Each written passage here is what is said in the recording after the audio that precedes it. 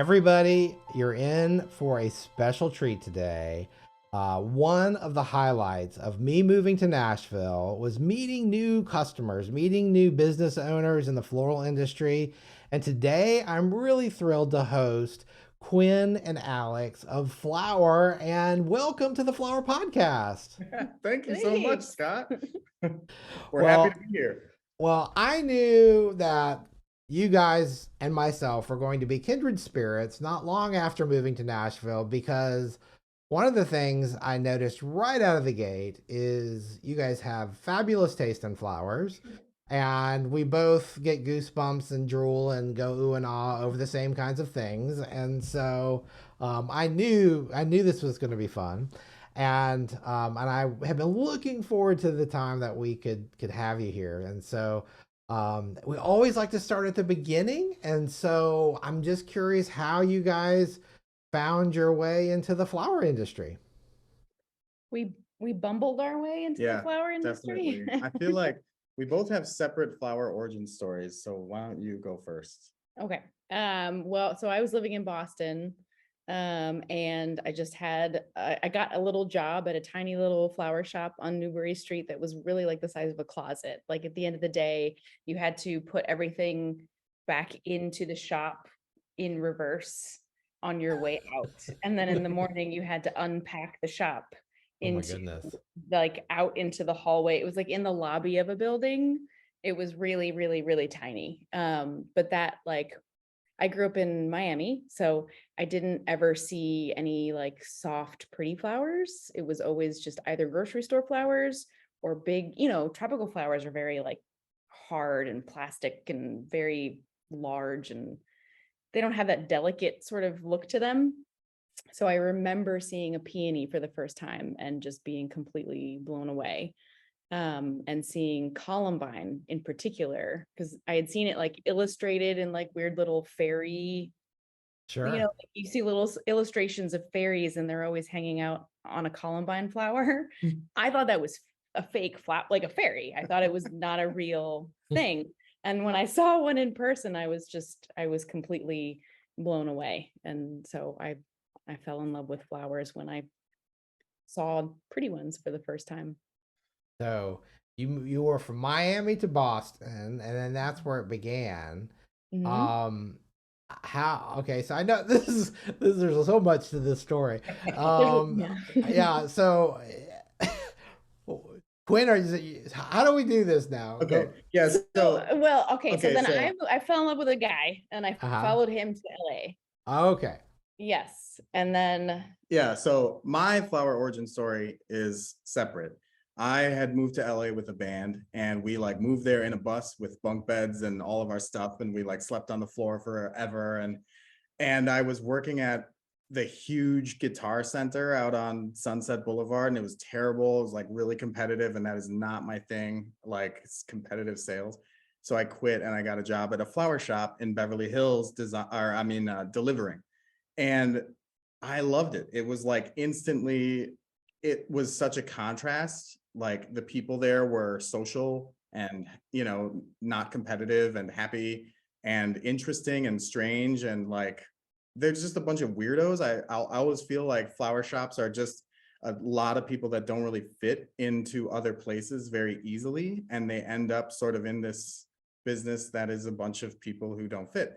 we've worked with some weird people. Yeah, we've worked with some super weird people. Lovely, Yeah. lovely, strange people. And so I really like the social aspect of it, but also I really love driving around delivering flowers. Like that's still my favorite thing to do at our shop. And I got to drive around Beverly Hills, Santa Monica, Hollywood, Malibu, West LA, Brentwood, and just like get to know those neighborhoods intimately, because we didn't have phones then. So you just Oh have yeah. a paper map and your memory, and you're like driving Thomas around. guide. Yeah, Thomas guides.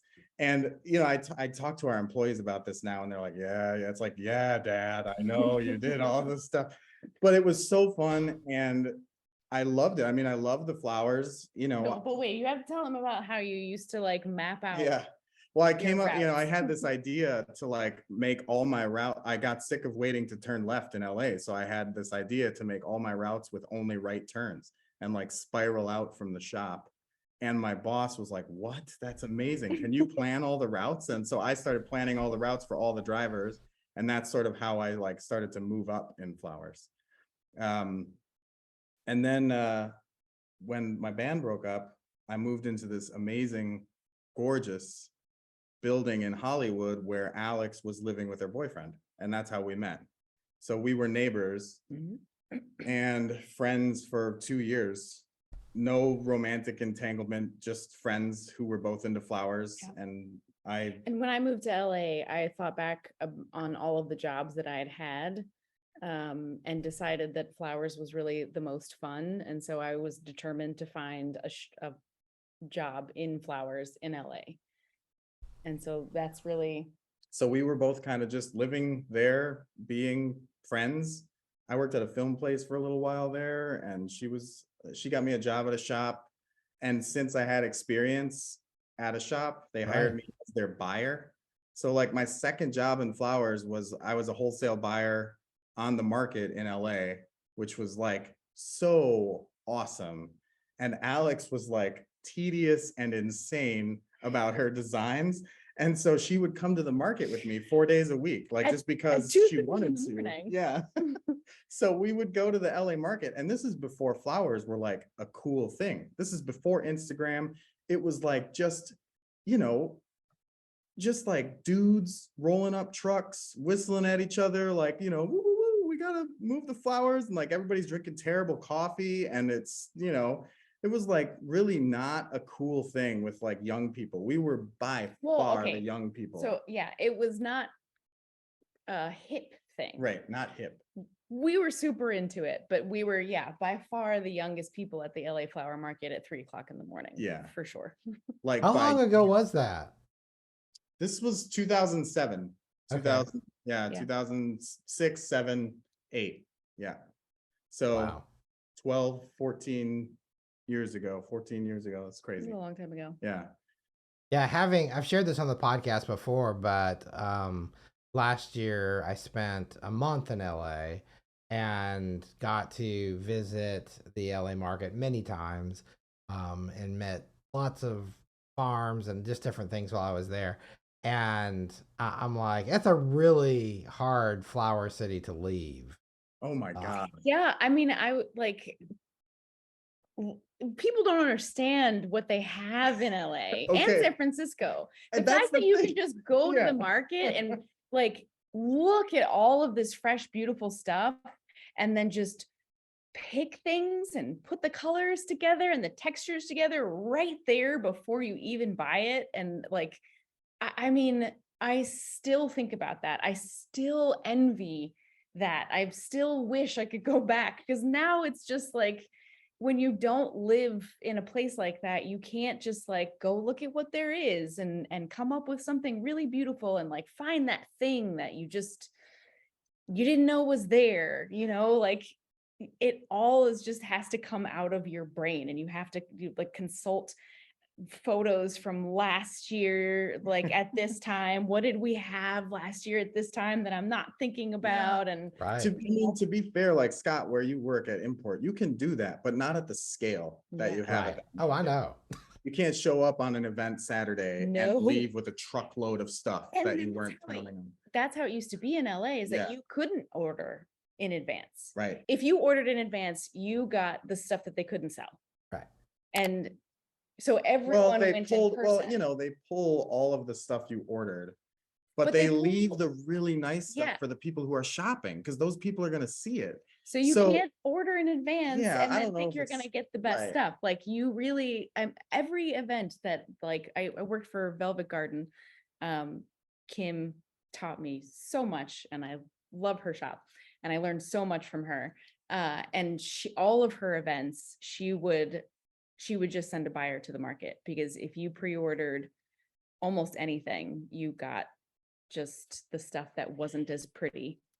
And there's just one more little detail about this that's really hilarious to me. We were in LA, young and very inexperienced, shopping at that market, no idea how good we had it. And we had a road wedding, and we like booked this wedding, just Alex and I. It was like the business we started in LA together. which I don't even think it had a name really. It was just like, we're doing flowers for people we know. And we went, and it was in San Francisco. So then it was like, well, let's go check out another market. And it just happens to be San Francisco. And we were like, oh my God, this is incredible. So then in our minds, it's like, wow, Everywhere cities it's like have that. flower markets. Yeah. But no, you know, Yeah. those are really the two. I mean, they're just so incredible, both of them for different Yeah. reasons, you And know. we moved to New York, Right. and then it's better than it is in a lot of cities because at least it's all like in one place, you know, Right. and you can walk up and down 28th Street and like, you know, go to each wholesaler, but it's just Not LA. nothing compares So- to LA and Yeah. San So Francisco. I have to ask this question. So why did you decide to move from LA to New York? To have fun. Well, we didn't move from LA to New York. okay. We decided to leave LA because we knew so many people there who were awesome people and who had really amazing lives, but they had had that life for a long, long time. And it felt like they moved to LA in their 20s and got their comfortable life, and then they just coasted until they were 58, and they were like coming up on when people normally retire, and they didn't really have a plan. And we were like in our mid-20s, and we were like, man, that is crazy. Let's get out of here and let's see some other stuff. And so we sold everything and we went to Central America to work on farms. Well, that's what we really wanted to do. Yeah. Yeah, we backpacked through Central America. Yeah, like again, before cell phones, like we were on buses We had cell phones, but not in Central America. right? They weren't international yet. Like you Yeah. can just take your cell phone anywhere Yeah. now, but they wouldn't work in Central America. So we didn't have cell phones there. Plus, we were in the jungle. We were like working on these way out farms. And Like so what kind of farms? I'm just like, well, you know, they were like, you know, it was like organic farms, like these people that are growing vegetables in Central America on super cheap land in the jungle are trying to grow weird stuff. And it was There's like woofing, like there's like worldwide opportunities on organic farms. there's like a loose organization, and most people are just sort of taking advantage of it for free labor, Yeah. which we found. Yeah, we definitely did that. Yeah. Just, like babysitting people's kids while they did whatever. It's not what we were signing up Yeah. for. So then we were in Central America, and we liked that lifestyle. We thought that was really cool. Having very low expenses and not having to like make a ton of money with your life and just sort of getting to be your own person. That felt really cool to us. So we were like, let's buy land when we get back to the United States. Let's try to buy land when we get back to the United States and have a farm. And then when we were on one of these farms in Nicaragua, there was a windstorm and a tree fell on our tent and we almost died.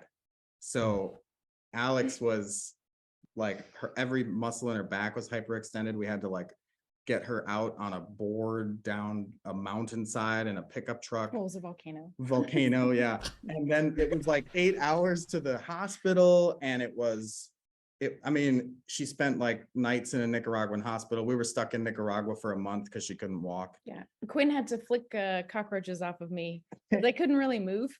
But Yeah. like there were, you know, it's a socialized medicine. We didn't pay for anything, but also there were cockroaches. Right.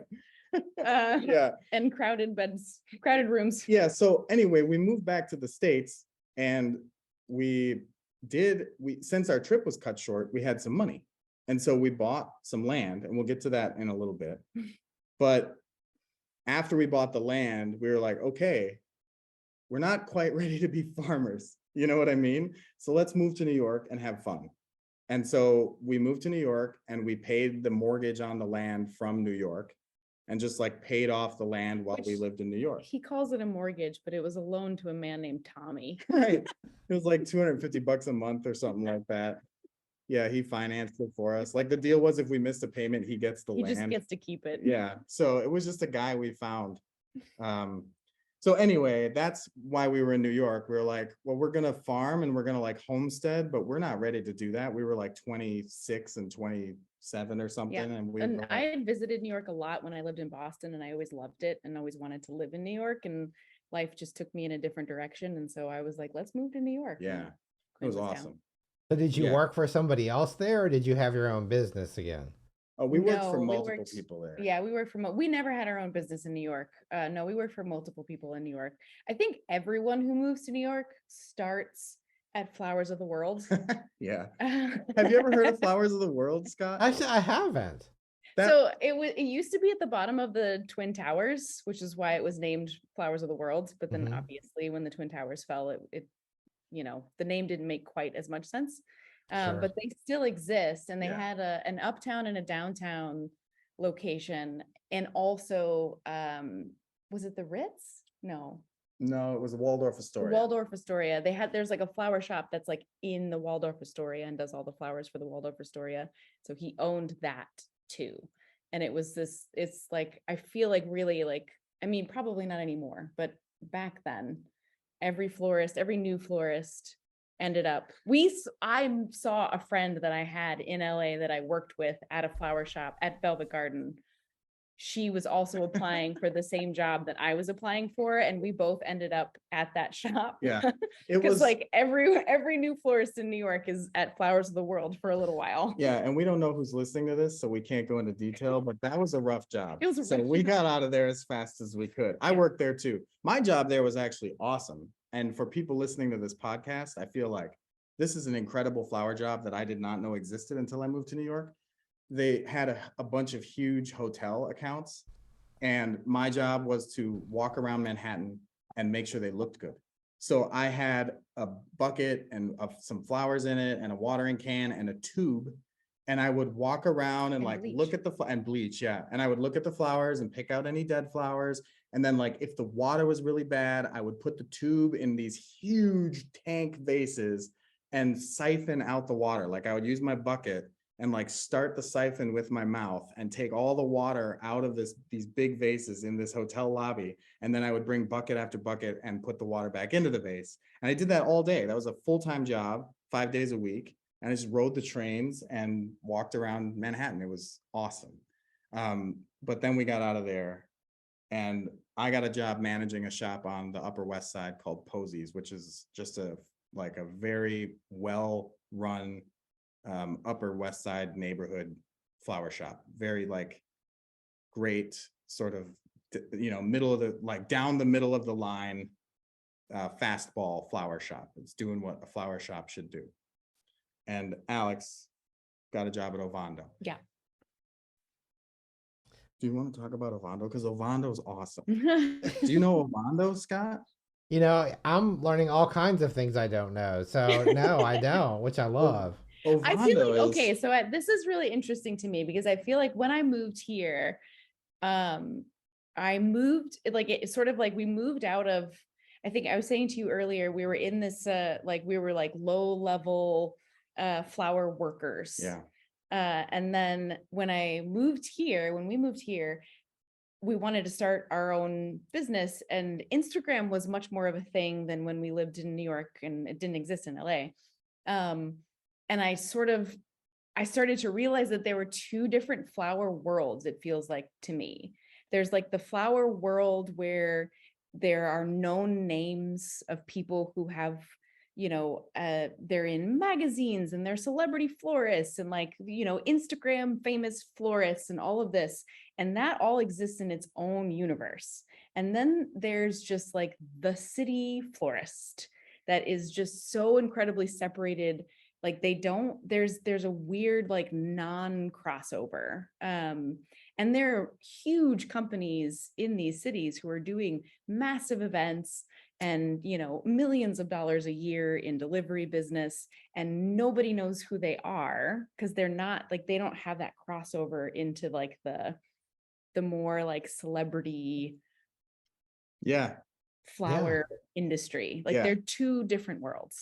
Yeah, but Ovando in New York is huge. I mean, they do so much business in New York. When we were there, they had 3 locations, and Alex managed their Bleecker Street location, and they had a studio right on 28th Street, right at the market. So they make all their deliveries right above the market. Yeah, they moved down to Lower Manhattan now. Yeah, but they're like, it was like super. It was really fun to work there because coming from LA, everything was like lush and overstuffed, and there wasn't like, that's why I loved Velvet Garden, because there was movement in her arrangements, whereas some of them were like just kind of constipated. But there was still like the flowers were so much cheaper in LA that you just shoved so many flowers into an arrangement. And I remember moving to New York, and I got I got a job at this place, and it was like my first day, and she wanted me to be the manager, and I was super intimidated because we just come from Central America. So like I hadn't arranged flowers in a long time. I had good experience, but it'd been a minute. And then I looked at the prices of the flowers, and I was like, how? I don't, these are so expensive. There's so much more than what I'm used to. Like, and it really changed the way that I had to design. There was much more negative space. There was much more like leaf curling and, pretty Sure. fans of grasses to like create this, like fill in this negative space, because they still wanted this sort of modern, like you didn't want it to look like big and leafy, but like you had to fill that space with something, and the flowers were too expensive to just stuff it full. So that was an interesting experience. And Ovando sort of taught me a lot because they were very, very architectural. She like they have these big steel grass was something we use a lot, and taking that steel grass to make these like architectural shapes, and then like just big fan of steel grass, and then like a phalaenopsis, and that's the arrangement, and like a big plate glass vase. $240. Yeah. And it was great. It was good experience, because I learned at like going to those different places.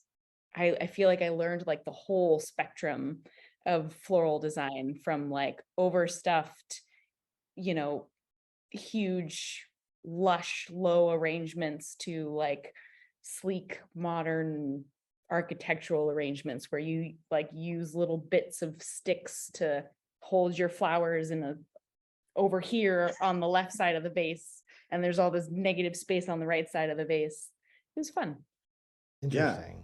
And we also learned all the different business models too. Yeah. We worked at so many places that did this so differently. Some places that focused really hard on their huge events and had like celebrity clients. And then that shop I worked at, the Upper West Side, it was just a lot of bouquets, $45 bouquets, $45 bouquets. They didn't have a van. Their delivery drivers would leave with 2 arrangements each, and they would get on the train and they would take their deliveries on the subway, and they would come back. So you could really only ever have 4 arrangements out for delivery at any time.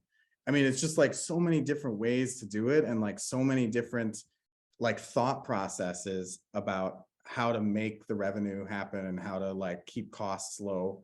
And I feel like by the time we moved here, it felt like we just knew so much stuff. We'd gone to Floral University. Yeah, for real. And Yeah. got a master's. Yeah. And we did not want to open a shop when we moved here. We were like, oh my God, the last thing we want to do is open a flower shop. Let's just try to do whatever we can to not open a flower shop. I mean, we wanted to do flowers still. Like I wanted to do events and just exclusively do events. But I think like my background, I had fortunately worked for a lot of different places, but they were all like luxury high-end brands. And that's really all I knew how to do and all I was interested in doing. But you can't move to a new city as just like a single person in your house and be like, hey, I'm going to do your luxury wedding. That's Right. No one's going to hire you for that. You have not proven yourself. Yeah. So, and also we live in this great neighborhood in East Nashville, and there was no flower shop. And we were like astounded at that. Yeah. We were just and like, we didn't do anything the first year. I mean, we couldn't, we were so broke. We moved here with $3,000 in a shoebox. yeah. So. So. But like we saw this neighborhood and we had seen all these business models, and it's like, oh my God, this is the neighborhood for a flower shop right here. Why is no one opening a flower shop? And finally it was just like, okay, we're never going to get any cred to do any kind of luxury work without a brick and mortar. There's no brick and mortar in this neighborhood that desperately needs a brick and mortar. So let's open a brick and mortar shop. And that's when we opened Flower Shop. Wow. And then how long ago was that? No, 7 years ago. Did we open 7 years ago? Yeah, we've been here for 9 years and we opened like 6 or 7 years ago, 6.5 years ago. Yeah, so March will be 7. So March we've will been be 7. so we've been just talking at you wall of sound for half an hour, and we are up to 6.5 years ago. Well, I got to go back to one of my questions and say, what brought you back to Nashville? Why Nashville? Okay. It's so random. Well, so remember when we left Central America, we wanted to buy land. We bought land in Tennessee. So way back in 2010, we did all this research and Because we're going to be farmers. yeah, right. So we were looking for good farmland. Right. And Tennessee has really good farmland. Yeah. It's just not, it's not Idaho because it's also very hilly. So you can't have like massive flat farms, but the soil is actually really good and the climate's really good. So we're like, all right, well, we want to be close to a city. Nashville? I mean, yeah. And we had gotten back from Central America. So anything seemed close to a city if it was on a freeway. Yeah. And so we bought this land, which is 2.5 hours from Nashville. So like, obviously when we moved here after living in New York, we were like, whoa, that's way too far. What were we thinking? You know, it was paid off. So it didn't really matter. We had, paid it off from New York. It was very inexpensive land. And we still own it. We haven't been there in it's still 4 worth- years, 5 years. Yeah, it's still worth exactly the same amount of money Right. that we bought it for. But that's why we're here, because we were like coming to Nashville to like, okay, let's move to Nashville and start our journey to becoming farmers and homesteaders. And like, let's start doing that. And then 2 months into living here, we got pregnant. And so we're not going to like, Which wasn't like part of the plan. not at all. Well, I mean, we knew we were going to move here to have a family. Yeah, but like we weren't Not that we fast. weren't trying to go that fast with Yeah. it. But we moved here September, and by Thanksgiving, I was like, oh God, Yeah. I'm pregnant.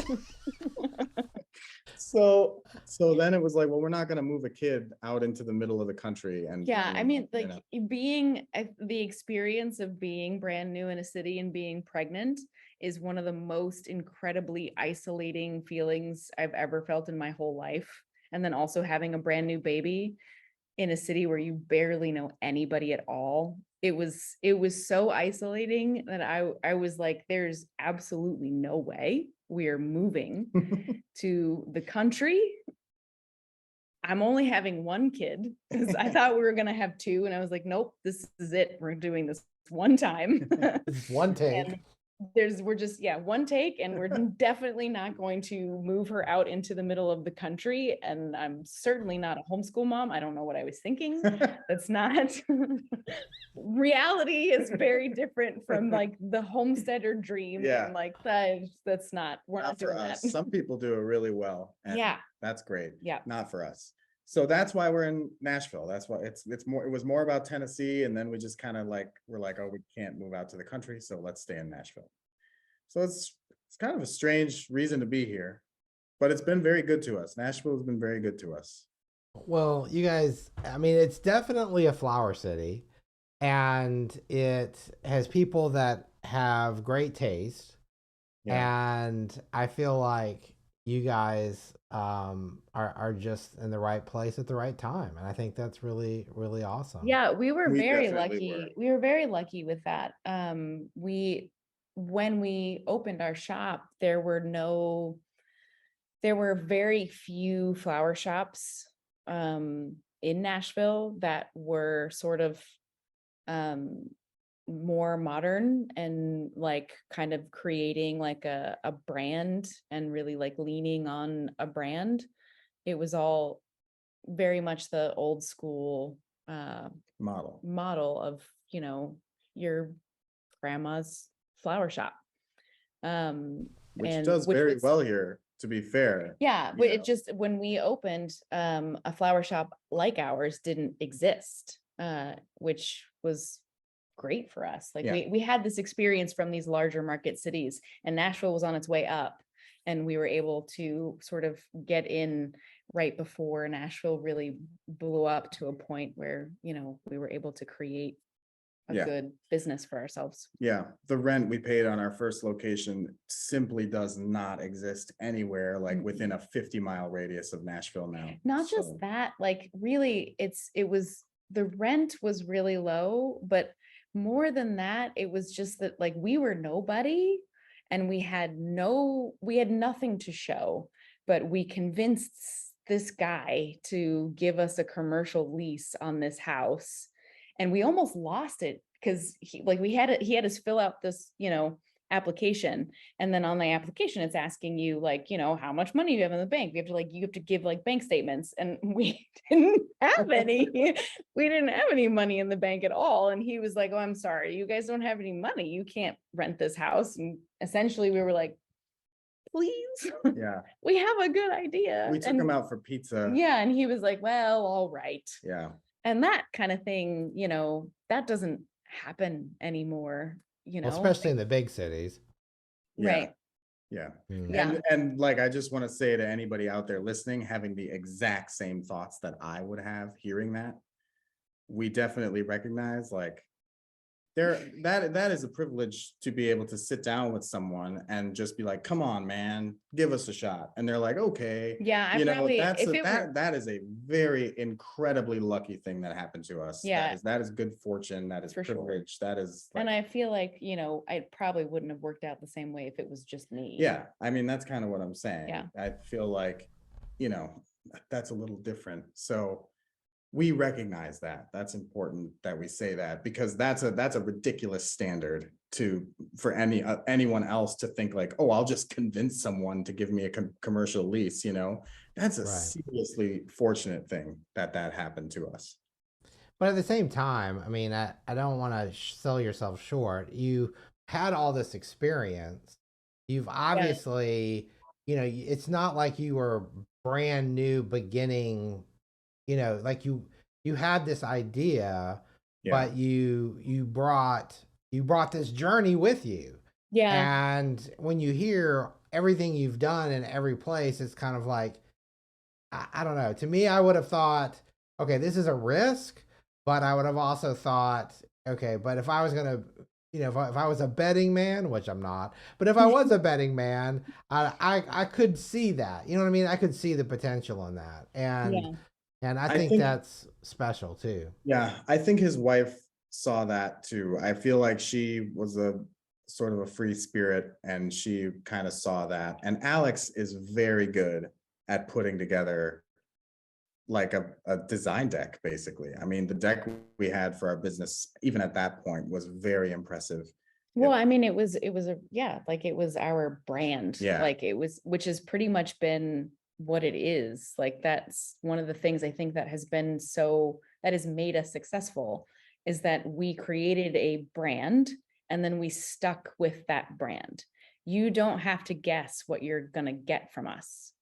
We show you exactly what you're going to get, and then that is what you get. You're not going to get something you're not going to suddenly get an arrangement that's full of dried painted flowers, which is cool. Very cool. That's a cool, trendy thing that's happening. And we had designers who like were working for us and like wanted us to buy that stuff, and they wanted to put it in their arrangements.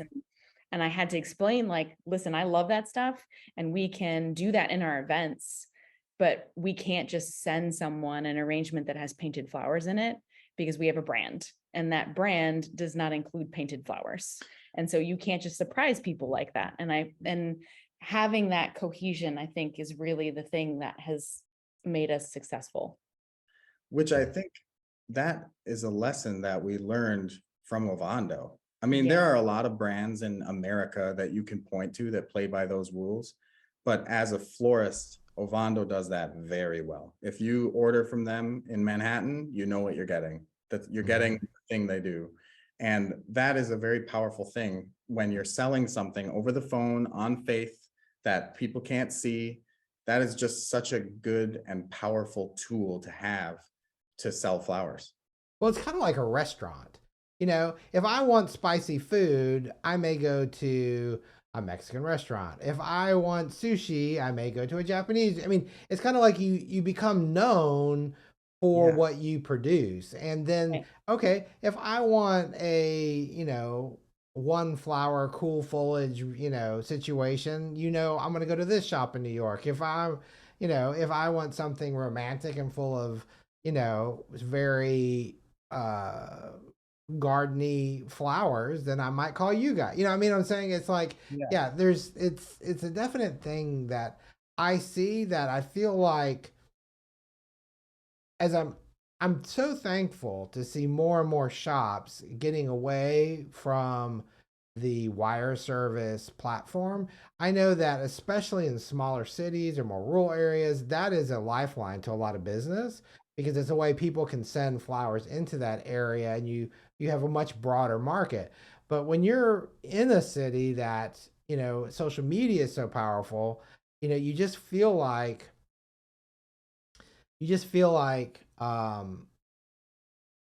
well, I guess what my point was is with wire services, they dictate so much of a look, Right. but when you're on your own and you can create your own aesthetic and that's what you're known for. Yeah. And I think that's great. I mean, all the way down to your vehicles. I mean, I think your vehicles look, that the way you wrap them. And I mean, it's just like, you just know. I mean, it's like when you see it, you're like, I don't know what they have, but I want whatever that is. Well, thank you. That's exactly what we were trying to go for, is just like, what's that? That's beauty is our number one priority. Yeah, That's our driving force with everything that we do, is just that, like, we want to make things that are beautiful. So that includes the vans. That includes the vans. Well, and I have to say, we'll have to maybe when we release this episode, we can get a picture of one of the vans that we can Yeah. post. Because I know people are gonna be like, what do they look like? One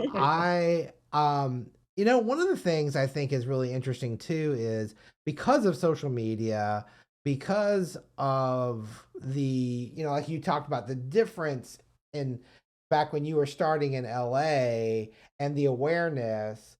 You talked about New York, where you have these different businesses that aren't even interconnected at all, but they're huge businesses. And now starting your own business, you've grown it to the brand that you have, but now I feel like there's so many more people that are kind of trying to create their own brands that a lot of them kind of they're starting to overlap more. Is that a nice way to put it? That's a very diplomatic way to put it there, Scott. And so, how have you guys approached that aspect of business? Because I know when you're a trendsetter and you are used to, you're having to make that, you're cutting that path, so to speak. It can be challenging. Yeah, well, I'd like to say that you have made that much more difficult. Your presence, You your really leveled the playing yeah, your field, man. presence here in Nashville is like, it's a little I'm bittersweet. sorry. Like, oh, Scott's great because he can bring in great product, but then like also everybody else has the same great product. Yeah, we used to know all these great little secrets that no one else knew, and And then suddenly, here comes Scott with all yeah. the same great little secrets. Yeah, I like to think I have a few you might not know about. You you probably do. You Yeah, definitely do. And you're going to share them with our competition. I can't wait. That is a really hard part. That is something that, like, particularly now we are wrestling with. It's It wasn't- hard to differentiate. We have always differentiated on our varieties, on our selection, on our taste. Well, at first it was like having a very solid brand and being able to show people, like, it was very clear what you were going to get from us. And that was how we differentiated ourselves at first. And then there were more and more brands who were sort of doing that and leaning into that. And so then it became, and this is really more so in the events area. As far as like shops go, it's still not like there's not a ton of shops in Nashville who are really going at it hard. And I feel like one of the things that really differentiated us and that we talked about, actually we opened at the same time as another flower shop and we kept getting compared, and it was really actually bothering me so much because it, like, to me it felt like we went so hard. We got like a legit shop, and we got a legit logo, and we got a van, and we got cards, and we got gift cards, and we got bags and tissue paper and ribbon and like all this stuff to be like, this, we are serious. And I feel like that was the first thing. That other shop doesn't exist anymore. That was the first thing that really like differentiated us. And then as far as the events go, the thing that kept differentiating us was, it was two things. Nashville was, there weren't a lot of florists who were like sort of pushing the envelope and trying to do new and interesting things for the events side of thing, like installations. There weren't a lot of installations. Everything was in a vase. Everything was for the most part in an urn. And there wasn't a whole lot of innovation in that sense. So we were doing that. And actually there was someone reported to me that there was a florist, like an old school florist here, who was complaining on site because he was putting flowers in the air.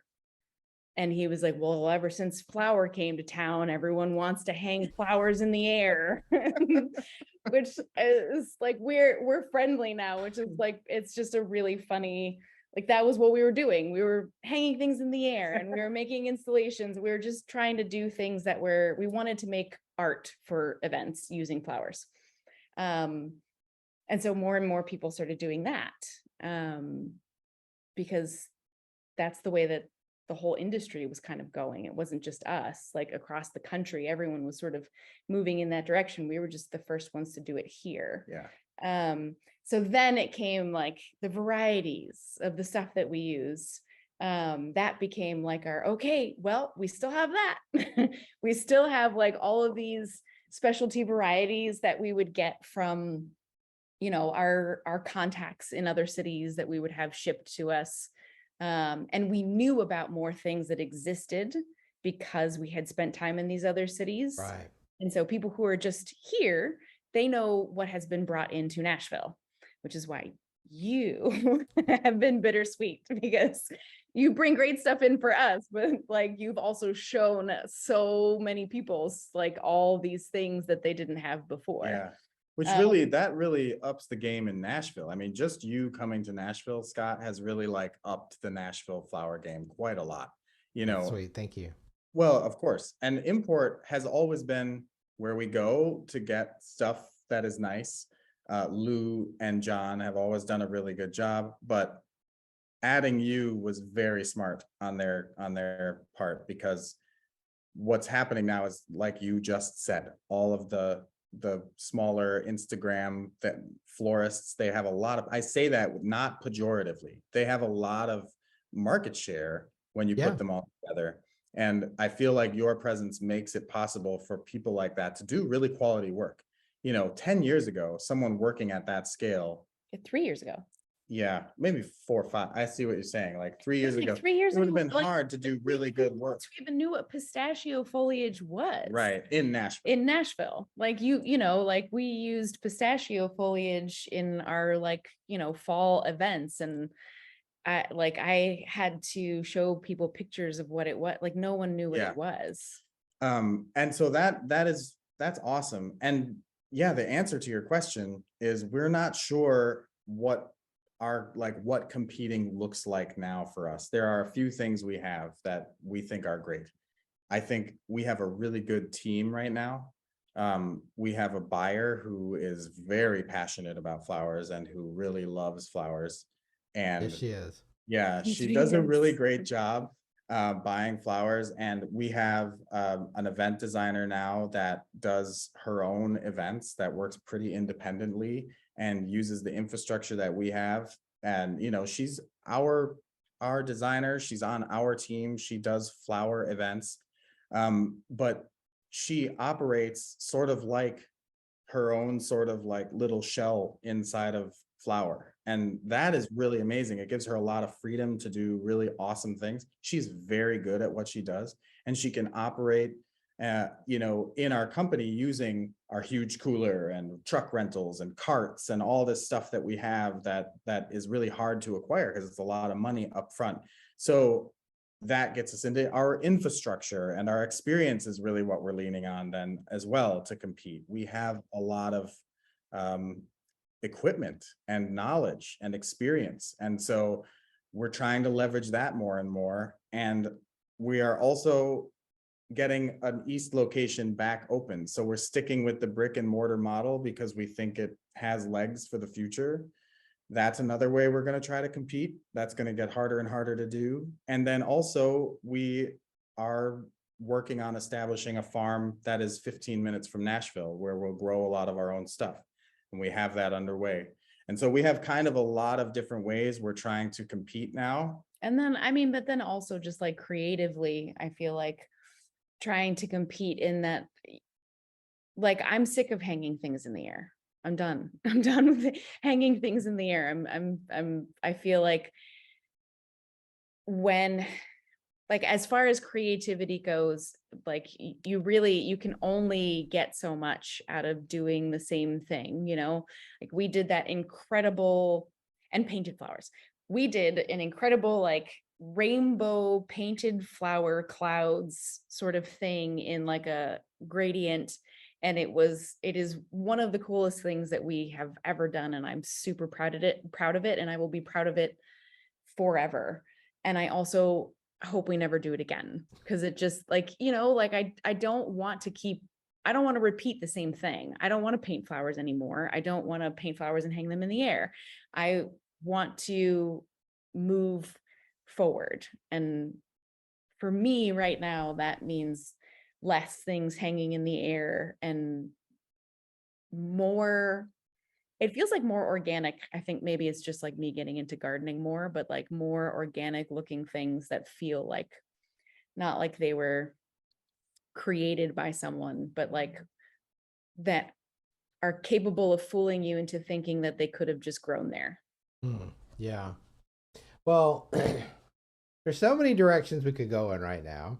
On that note, I thought of really the first big event that I got to see of yours in person was the Swan Ball here in Nashville, which I know is a big deal. It's probably I'm going to say it's probably the biggest event in Nashville. I think so. Yeah. And I just remember walking into the ballroom or that tent, and it was insane. It was so much. It was so beautiful. And then, you know, it's like you're so overwhelmed with the gazillion garden roses and I mean, all these things.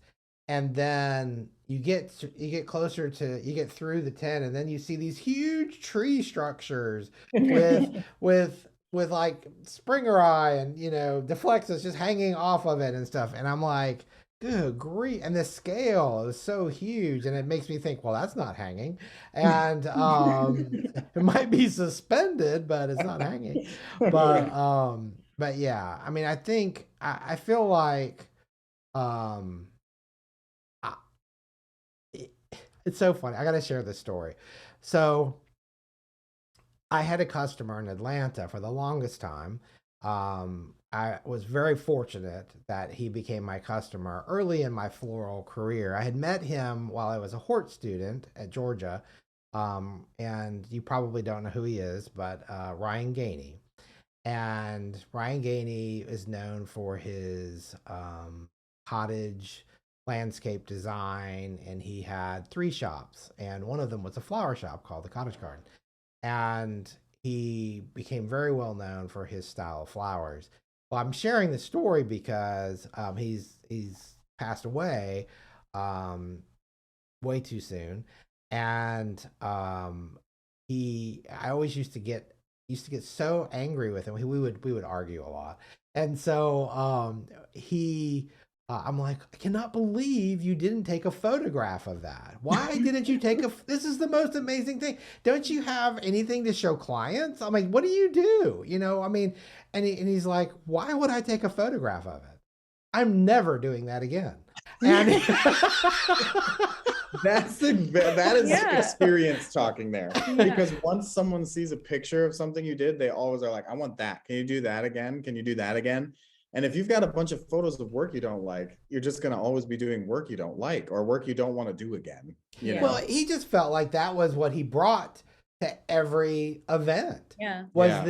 it was special, it was unique, it was always creative. I mean, it was, you know, they weren't doing hanging flowers then, Right. but if there was going to be somebody who did it, it would have been him.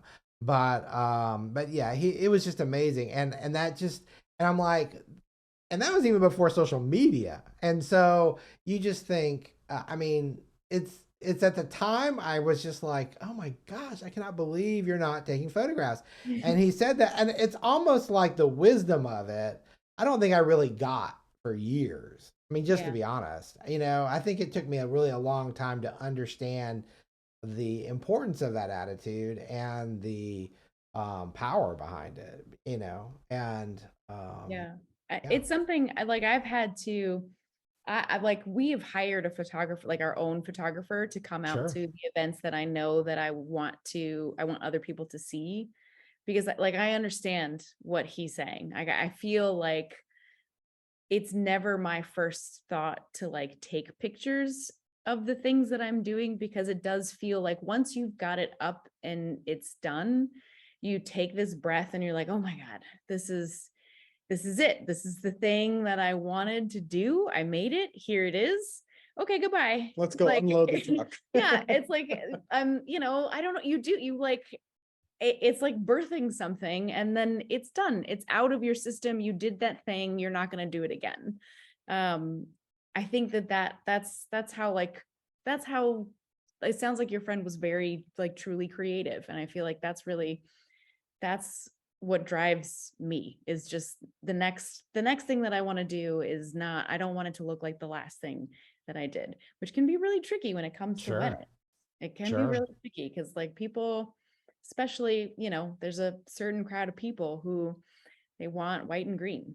They want white and green and white and green and then maybe blush.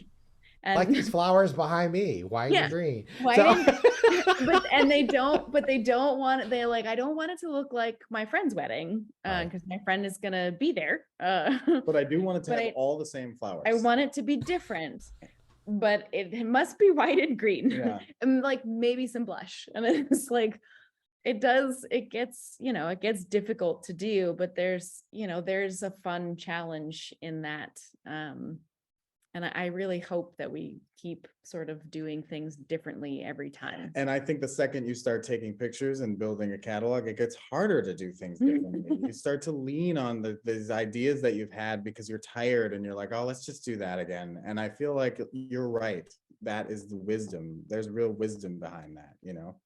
That's Well, awesome. back then too, back then it's like, you know, you didn't have websites and you didn't have, you know, wrapped vehicles, and you didn't have these things where Yeah. you could take these images and really convey an emotion. I mean, Yeah. that's the thing. And that's the one thing I think with flowers that we have the power to do is really, you know, instill an emotion. And that's where the memory comes from. And you know, you have the beauty, the fragrance, hopefully, or, you know, whatever. And it's an amazing opportunity we have. And I think you guys, like I've said, do an amazing job. So two things. One is this huge thing that happened with a couple years ago with your east side location? I'm still learning Nashville. We had a storm come through. Well, you want to tell us about that? Because, you know, you're getting everything up and going and everything's running, and then weather happens.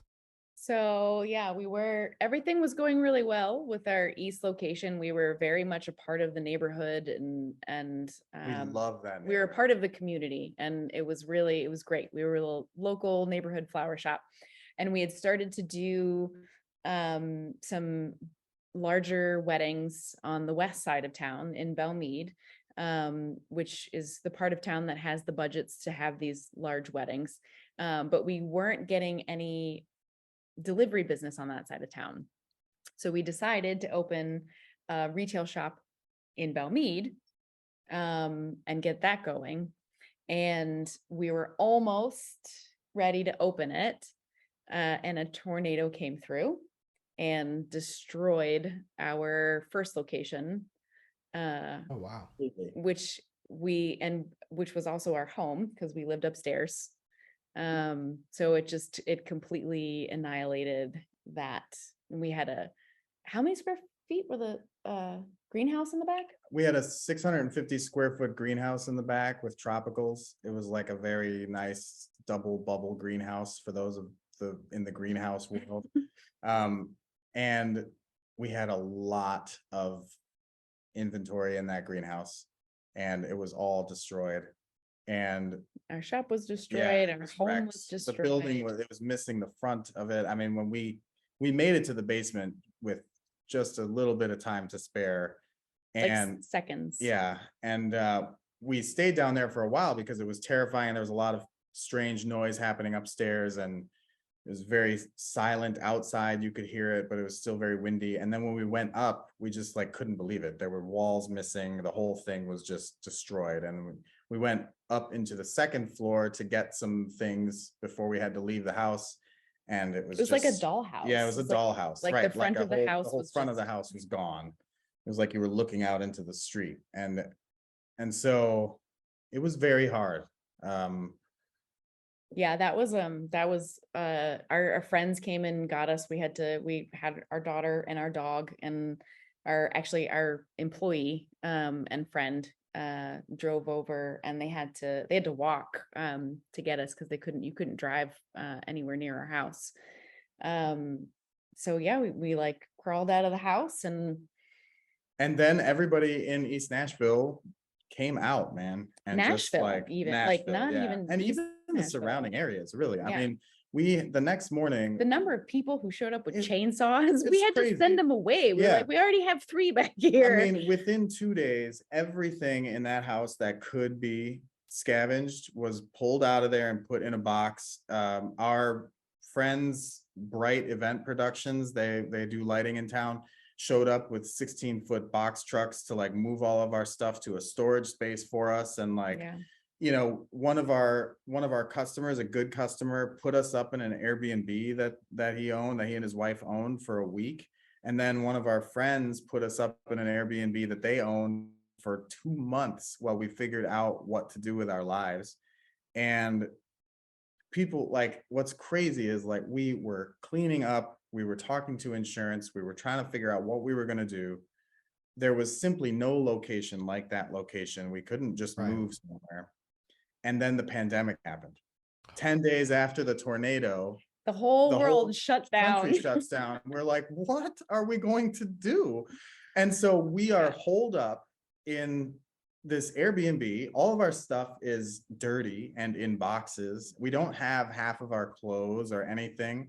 All of our routines, all of the things that you like found familiar. Yeah, like coming down and making coffee in your kitchen in the same place every morning. Yeah, not just that, but like so to me it felt like the things that you lean on when you have a tragedy like that, where like you've lost everything, but like you know, our daughter got to continue to go to school with her friends, and like, you know, I still had a YMCA membership, and I could go, you know, to the gym and work out. Like you lean on these things and your friends, and then that was all taken away too.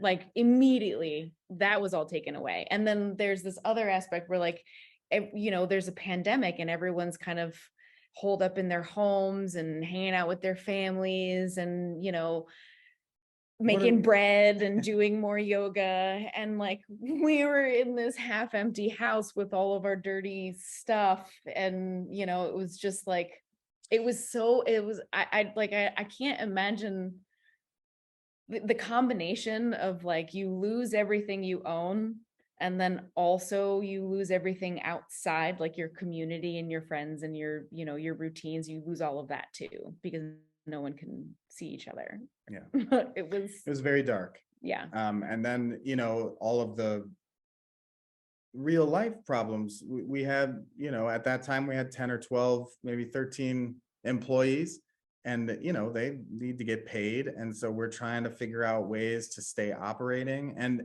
we had this very unfortunate reality that our insurance claim would pay us because we lost revenue, but they would only pay us if we were trying to operate. but we couldn't try to operate because we were in a pandemic. And so it just made for this incredibly complicated disaster management. Yeah. And really for 2 years, our lives were just managing those two disasters. I mean, we thankfully did have that Belle Meade shop like almost ready to open. Yeah. And so we were still able to maintain some kind of a retail presence. And just like hold on. Yeah. And now we do have a lease in East that we have signed, and we have plans, and we're just waiting on permitting to start building. And so we will be open again in East Nashville, and it will be a beautiful place, and we will have all of our production there. We no longer have a greenhouse. We've like given up on plants. Like that's just not possible for us anymore. But we will be okay. But it's 3 years now. I mean, in March it'll be 3 years. In March it'll be 3 years. So, you know, And it's still not over. We're still, you know, slowly over the course of the past 3 years, we've noticed that we've lost market share, because that Belle Meade location, that neighborhood is just so insular that we just don't have the same presence that we used to. And we've slowly we've watched our delivery business very much change from an East Side shop to a West Side shop when it was supposed to be two. Yeah. So I do think we'll get it back, but yeah, it's been a very difficult 3 years, and it was a very, very difficult 2 years. And I can't imagine. Yeah. I mean, we both had therapists, and we had a lot of therapy, and we had couples therapy. Our daughter had therapy because she was in a house that was destroyed, and so she had to have like trauma therapy. Yeah, like she never knew anything but that house. All of her memories were in that house, and like she was always surrounded by people, and it was always busy, and you know, things were happening all the time. She was a shop kid. Yeah. And then suddenly there was nobody around but us. Yeah. So it's been an adjustment, and yeah, it's been hard, but I think we're okay. And we are so lucky that we had to buy a house. We had to like figure out how to buy a house during the pandemic, which was a strange decision. And we were scared that we were like making a bad decision because we didn't know what was going to happen to the economy. And like right after the pandemic, Nashville's housing market went so crazy that like we could never afford to buy a house now in Nashville. And so here we are. Like that is a very fortunate thing that happened, you know. It's a silver lining. Yeah, a silver lining. Well, my last question, I'm going to change it up for you guys because of just your journey. If you had the opportunity to go back and tell the younger Alex and Quinn a piece of advice, knowing what you know now, what would that be? I've got mine ready. Identify toxic people, and when you've got a toxic employee in your realm, there's a lot of damage that can happen from just one person, more than you could possibly imagine. And there's this, you know, when you're a new business owner, it's really scary to fire someone. And it's especially scary to fire someone when you have like this team dynamic. And I think like trust, I wish I could go back and say, like, you have to trust your instincts. You have to get rid of this person because they're going to cause so much trouble. Yeah, you never, what is it? You never regret, how do they say that? You never regret the people you have to let go. You only regret the people you choose not to let go, even though you know you should. Yeah. That's pretty good. Trust your instincts, I think, is at the core of that. Yeah. Especially if you have a lot of experience. Trust your instincts. For me, I would go back and I would tell young Quinn, hey man, go find a therapist. Start talking to someone. You're not that bad. You'll be good. Maybe buy a house a little sooner and have fun. That's what I would say. Pretty chill. Just like cut your anxiety down. Yeah. It's a lot of anxiety starting a business with no money. It's a lot of anxiety. Yeah, get a therapist. You're okay. Maybe try to buy a house a little sooner. That's good advice for anybody, I think, really, like anywhere. I agree. I agree. I love that. Well, guys, I know we could talk forever because we just have so much in common. But thank you. Thank you so much for your time and for sharing your story with the Flower Podcast. Yeah, Yeah. thank you.